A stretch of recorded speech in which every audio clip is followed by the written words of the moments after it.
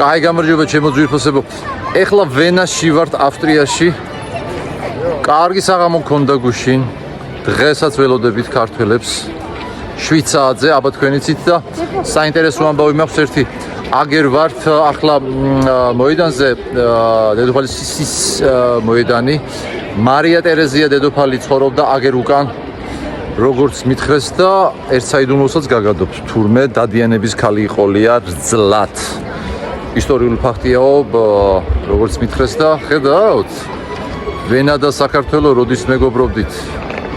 როდის ვიცოდით ერთმანეთის გატანა და არ არის ეს პატარა ამბავი. აბა ახალი სარძლოება და ახალი ქორწილები გჭირდება ეხლა.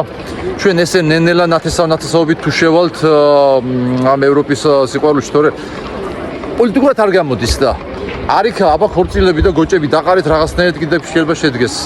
სადაც დადიანების ქალი იქ დანარჩენებმა შეიძლება რაღაც ვქნათ. მოლო დღეს შვიცაა ზეგლოდებით კოცნით გეფერებით. აბა კარგად.